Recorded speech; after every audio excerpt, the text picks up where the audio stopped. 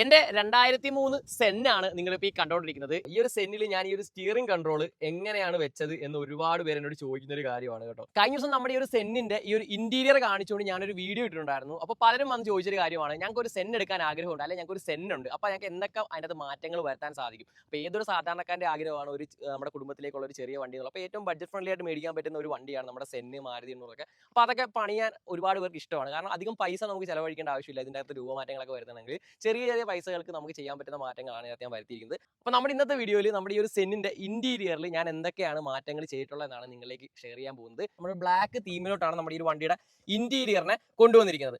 ശരിക്കും ഈ ബ്ലാക്ക് കളറിനോട് ഇഷ്ടമുള്ളതുകൊണ്ടാണ് കേട്ടോ ഞാൻ ഈ ഒരു കളർ സെലക്ട് ചെയ്തത്. പിന്നെ അതുമല്ല, നമ്മുടെ ഈ ഒരു വണ്ടിയിൽ മിക്കതും ഫെയ്ഡ് ആയിരുന്നു, അത് കളറൊക്കെ പോയിട്ടുണ്ടായിരുന്നു. അപ്പോൾ അതുകൊണ്ട് തന്നെ വണ്ടിയുടെ ഇന്റീരിയർ സീറ്റും കാര്യങ്ങളൊക്കെ നമ്മൾ ബ്ലാക്ക് ആക്കിയപ്പോഴത്തേക്കും വണ്ടി മൊത്തത്തിൽ നമ്മൾ ബ്ലാക്ക് ഔട്ട് ചെയ്ത്.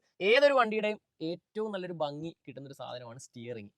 അപ്പോൾ ഈ ഒരു സെന്നിന് വരുന്ന സ്റ്റിയറിംഗ് ബോറാണെന്നല്ല പറയുന്നത്, പക്ഷേ എന്നാലും എനിക്ക് ആ ഒരു സ്റ്റിയറിംഗ് ഒത്തിരി ഒരു ചെറിയൊരു സ്റ്റിയറിംഗ് വീലാണ് വരുന്നത്. അപ്പോൾ നമ്മൾ എന്ത് ചെയ്തു, സ്റ്റിയറിംഗ് വീല് മാറി.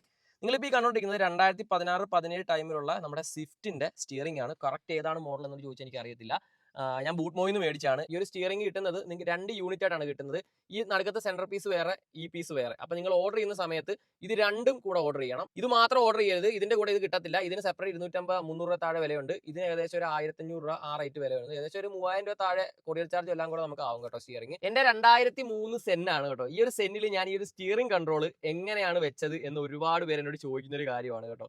അപ്പോൾ ഇതൊക്കെ പക്കാ വർക്കിംഗ് ആണ്. ഈ ഒരു പോർഷൻ എല്ലാം വർക്കിംഗ് ആണ്. ഇതെങ്ങനെയാണെന്ന് വെച്ച് കഴിഞ്ഞാൽ നമുക്ക് ആമസോണിലും ഫ്ലിപ്കാർട്ടിലും ഒക്കെ നമുക്ക് ഈ വയർലെസ് ഇതുണ്ട്. ഇത് ഇപ്പോൾ ജസ്റ്റ് സെറ്റ് ചെയ്തിരിക്കുക. ഇത് കണ്ടോ, അതെ ഇങ്ങനെ ഊരിയെടുക്കാൻ പറ്റുന്ന ടൈപ്പാണ്. വയർലെസ് ആണ്. വയർലെസ് ആയിട്ടുള്ള ഇതേയുള്ള സ്റ്റിയറിംഗ് കൺട്രോൾസ് നമുക്ക് മേടിക്കാൻ കിട്ടും. ആ ഒരു സ്റ്റിയറിംഗ് കൺട്രോൾ നമ്മൾ വാങ്ങിയിട്ട് ഇതിന്റെ ബാക്ക്, നമ്മുടെ ആൻഡ്രോയിഡ് സ്ക്രീനിന്റെ ബാക്കിലായിട്ട് ചെറിയൊരു യൂണിറ്റ് നമ്മൾ വെച്ചിട്ടുണ്ട്. ആ യൂണിറ്റ് നമ്മൾ ഈ ആൻഡ്രോയിഡ് സ്ക്രീനോട് കണക്ട് ചെയ്യും.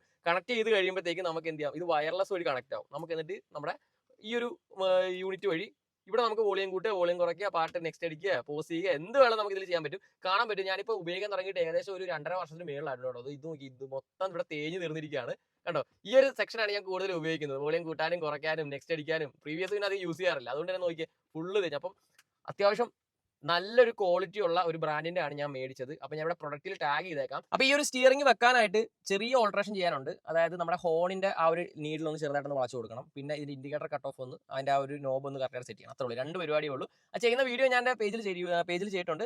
ആവശ്യമുള്ളവർക്ക് താഴെ ഡിസ്ക്രിപ്ഷൻ ചെക്ക് ചെയ്താൽ ലിങ്ക് ഞാൻ കൊടുത്തേക്കാം. വേറെ ഒരു സെന്നിന്റെ ഫുൾ ഓപ്ഷൻ വണ്ടിയുടെ പവർ സ്റ്റിയറിംഗ് നമ്മൾ ഈ വണ്ടിയിലേക്ക് കയറ്റി. ഇതെന്ന് വെച്ചാൽ സെൻ ആയതുകൊണ്ട് തന്നെ ബോഡിയൊക്കെ സെയിം ആണ്, വയറിംഗ് ഒക്കെ സെയിം ആണ്. പവർ സ്റ്റിയറിംഗ് ഇല്ല എന്ന ഓപ്ഷൻ മാത്രമേ ഉള്ളൂ. അപ്പോൾ നമ്മൾ ഇത് ഡയറക്റ്റ് ആയിട്ട് ഇപ്പം പവർ സ്റ്റിയറിംഗ് നമ്മുടെ വണ്ടിക്ക് സെറ്റാക്കി.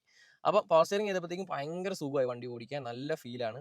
നമുക്ക് ഒറ്റ വിരൽ കൊണ്ട് ഇങ്ങനെ വളച്ചെടുക്കാം, അത്രയും നല്ല സ്മൂത്തായി. ഇത് കണ്ടത് ഇരിക്കുന്നത് നമ്മുടെ RDയുടെ പവർ വിൻഡോ ആണ്. ഇത് നമ്മുടെ ഓട്ടോ റോളപ്പുള്ള പവർ വിൻഡോ ആണ്. ജസ്റ്റ് ഒറ്റ ടച്ച് ചെയ്ത് കഴിഞ്ഞാൽ നമ്മുടെ ഈ ഒരു വിൻഡോയും, അതും ഡ്രൈവറും കോ ഡ്രൈവറും നമ്മൾ പവർ വിൻഡോ ആക്കിയിട്ടുണ്ട്.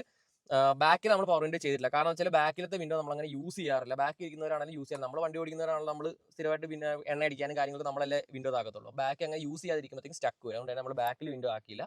ബാക്കിൽ ഇപ്പോൾ 2 സ്റ്റക്ക് ആയിട്ടിരിക്കുകയാണ്. വൈൻഡറും യൂസ് ചെയ്യാറില്ല, അതുകൊണ്ട് തന്നെ സ്റ്റക്കായി പോയതുകൊണ്ട് തന്നെ ഇനിയിപ്പോൾ അത് ശരിയാക്കണം ഉടനെ. അതൊക്കെ ഒരു ചിലവ് വരുന്ന വഴികളാണ്. ഈ ഒരു വണ്ടിയിൽ നമ്മൾ ചെയ്തിരിക്കുന്നതാണ് ആൻഡ്രോയിഡ് സ്ക്രീൻ. അതായത് നമ്മുടെ ഈ ഒരു സെന്നിൽ ആൻഡ്രോയിഡ് സ്ക്രീൻ ചെയ്യാൻ പറ്റില്ല എന്നൊക്കെ ഞാൻ ഈ ഒരു സ്ക്രീൻ വെച്ച സമയത്ത് പലരും പറഞ്ഞെടുത്ത്, അത് എങ്ങനെ ചെയ്യാൻ പറ്റുമോ, ശരിയാവത്തില്ല എന്നൊക്കെ പറഞ്ഞു. പക്ഷേ നമ്മളത് നല്ല ഭംഗിയായിട്ട് തന്നെ അത് നമ്മുടെ വണ്ടിയിൽ സെറ്റാക്കി എടുത്തിട്ടുണ്ട്. ആൻഡ്രോയിഡ് സ്ക്രീൻ കൂടാതെ തന്നെ നമ്മൾ തൊട്ട് മുകളിലായിട്ട് നമ്മൾ വേറെ ഒരു സ്ക്രീൻ കൂടെ ചെയ്തിട്ടുണ്ട്. ഇത് ശരിക്കും പറഞ്ഞാൽ ഒരു ഡാഷ് ക്യാമറയാണ്.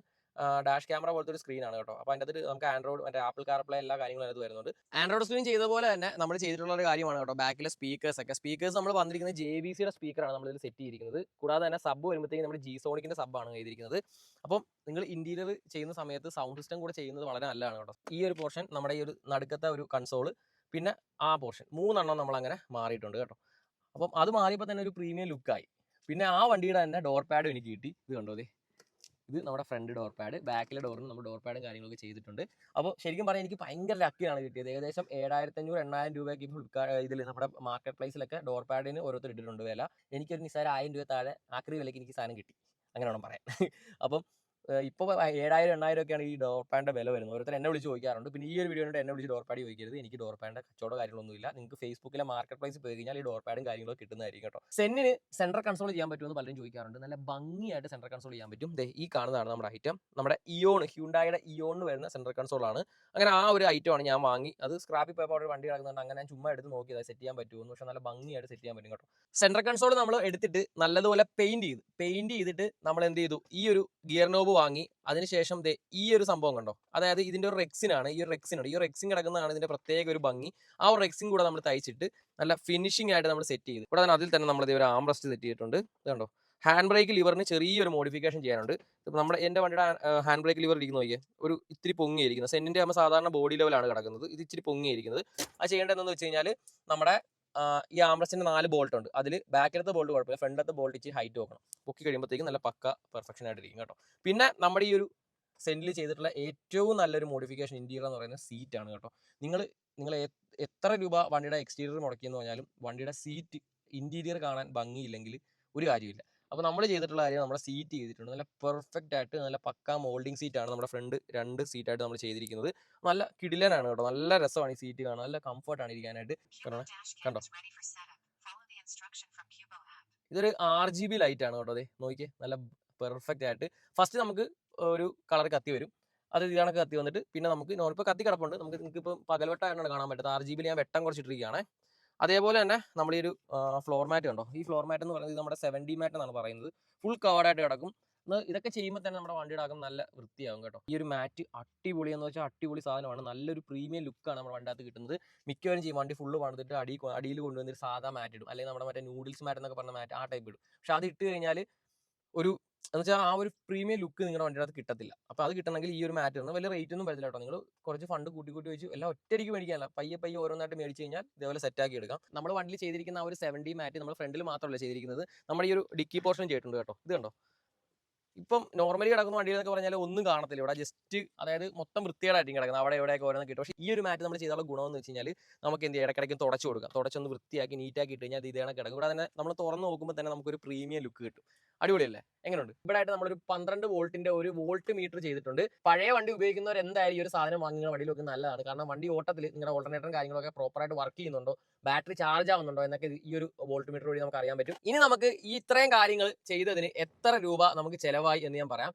ഈ ഒരു സ്റ്റിയറിംഗിന് ഏകദേശം നമ്മളിപ്പോൾ ഓൺലൈൻ മേടിക്കുവാണെങ്കിൽ ഏകദേശം ഒരു 3000 രൂപ താഴെ നമുക്ക് സ്റ്റിയറിംഗിന് വിലയുണ്ട് കേട്ടോ. പിന്നെ ഈ ഒരു സ്റ്റിയറിംഗ് കൺട്രോളിന് ഏകദേശം ഒരു 1500 രൂപ ഈ സ്റ്റിയറിംഗ് കൺട്രോളുകൾ കിട്ടാനുണ്ട്.